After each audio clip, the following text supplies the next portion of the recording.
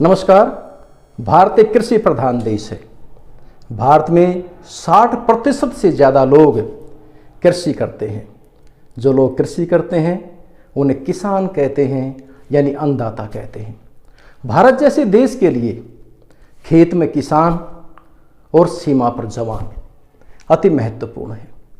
लेकिन निजी स्वार्थों के कारण किसान हमेशा ठगा सा महसूस करता है। राजनीतिक दल और स्वार्थी लोग उनको अपने हितों के लिए प्रयोग करते हैं। इसलिए किसान बार बार आंदोलन पर उतारू हो जाते हैं, अपने अधिकारों की मांग करते हैं। और यह सिलसिला आज कोई नया नहीं है, बल्कि बहुत पुराना है। संथालों ने ब्रिटिश ईस्ट इंडिया कंपनी के खिलाफ संघर्ष किया। दक्षिण भारत के किसानों ने साहूकारों के खिलाफ आंदोलन चलाया। 1988 में 5 लाख से ज्यादा किसानों ने दिल्ली में अपनी मांगों को लेकर के डेरा डाल दिया। 2020 में नए कृषि कानूनों का विरोध करने के लिए दिल्ली की सीमाओं पर हजारों किसान डटे हुए हैं। वो चाहते हैं उनकी दशा में सुधार हो, उन्हें ठगा ना जाए। और वो किसान खेत में जम करके मेहनत करता है। न वो बारिश देखता है, न वो गर्मी देखता है, न तूफान देखता है। और उसकी फसल एक मॉनसून का जुआ भी होती है। उसको अपना परिवार भी पालना होता है। अनेक संसाधनों के माध्यम से वो अपनी बड़ी मुश्किल से जीविका चला पाता है। हम किसानों को सम्मान देने के लिए 23 दिसंबर को राष्ट्रीय किसान दिवस मनाते हैं। राष्ट्रीय किसान दिवस भारत के 5वें प्रधानमंत्री चौधरी चरण सिंह जी के जन्म दिवस के उपलक्ष्य में मनाया जाता है। चौधरी साहब का जन्म 23 दिसंबर 1902 को उत्तर प्रदेश के मेरठ जनपद में हुआ। वो प्रधानमंत्री कम किसान नेता के तौर पर ज्यादा जाने जाते हैं और वे हमेशा किसानों के हितों की बात करते थे। और उन्हीं के प्रयास से 1952 में जमींदारी अनुमूलन विधेयक पास हुआ और किसानों ने जम करके मेहनत की। और 1960 के दशक में हरियाणा, पंजाब और पश्चिमी उत्तर प्रदेश के किसानों ने बम्पर पैदावार की।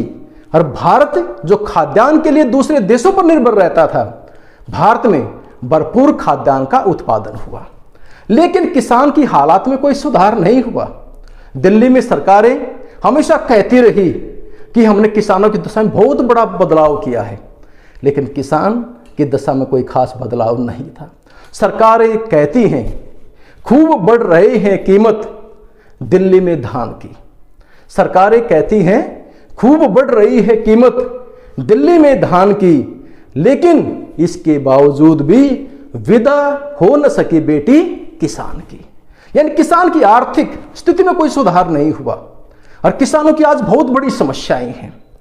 यानी किसानों को अपनी सब्जी, अपने फल, अनाजों का भरपूर मेहताना नहीं मिलता है। उनकी आमदनी निश्चित नहीं है। प्राकृतिक आपदा के कारण उनकी फसलें बर्बाद हो जाती हैं। सरकार उसकी भरपाई नहीं कर पाती है। बैंकों का कर्ज उनके ऊपर लगातार बढ़ता रहता है। और सबसे बड़ी बात, सरकारी कर्मचारी, बड़े बड़े जमींदार, बिचौलिए और व्यापारी हमेशा उनका शोषण करते हैं। और यही कारण है कि किसान हमेशा अभाव में रहता है, उसकी दशा अच्छी नहीं होती है। नेशनल क्राइम रिकॉर्ड ब्यूरो के अनुसार 2019 में 10,281 किसानों ने आत्महत्या की। इसका मतलब है कि प्रतिदिन 28 किसानों ने आत्महत्या की है। ऐसा क्यों हुआ? स्वतंत्र भारत में ऐसा क्यों हुआ? क्योंकि किसानों की आय निश्चित नहीं है। उन्हें अनेक समस्याओं का सामना करना पड़ता है। सरकार कोई सहयोग नहीं देती है और सरकार योजनाएं चलाती है, लेकिन उस योजनाओं का फायदा छोटे से छोटे किसान को नहीं हो पाता है।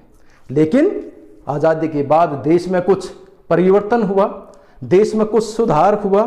किसानों के लिए उन्नत बीज और खाद का प्रबंध किया गया, सहकारी बैंकों की स्थापना की गई, सिंचाई व्यवस्था की गई, जैविक कृषि के ऊपर जोर दिया गया।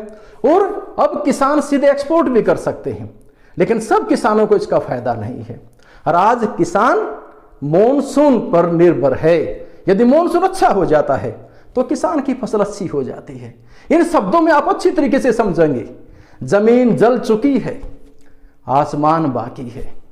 जमीन जल चुकी है, आसमान बाकी है, सूखे कुएं तुम्हारा इम्तिहान बाकी है। वो जो खेतों की मेड़ों पर उदास बैठे हैं, उनकी आंखों में अब तक ईमान बाकी है।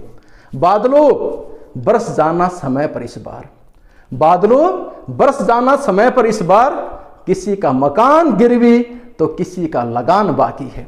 यानी हमारी कृषि मानसून का जुआ है, इसलिए किसान को हमेशा महत्व दीजिए।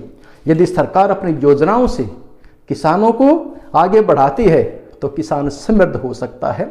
2020 में कृषि सुधार किए गए, कृषि कानून बनाए गए, लेकिन वो कुछ कानून किसानों को अच्छे नहीं लग रहे हैं।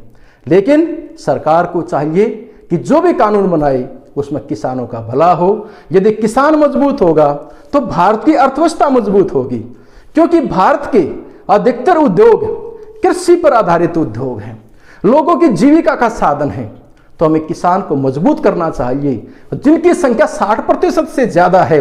यदि सारे किसान समृद्ध होंगे तो भारत समृद्ध होगा और उन्नति की तरफ आगे बढ़ेगा। Thank you.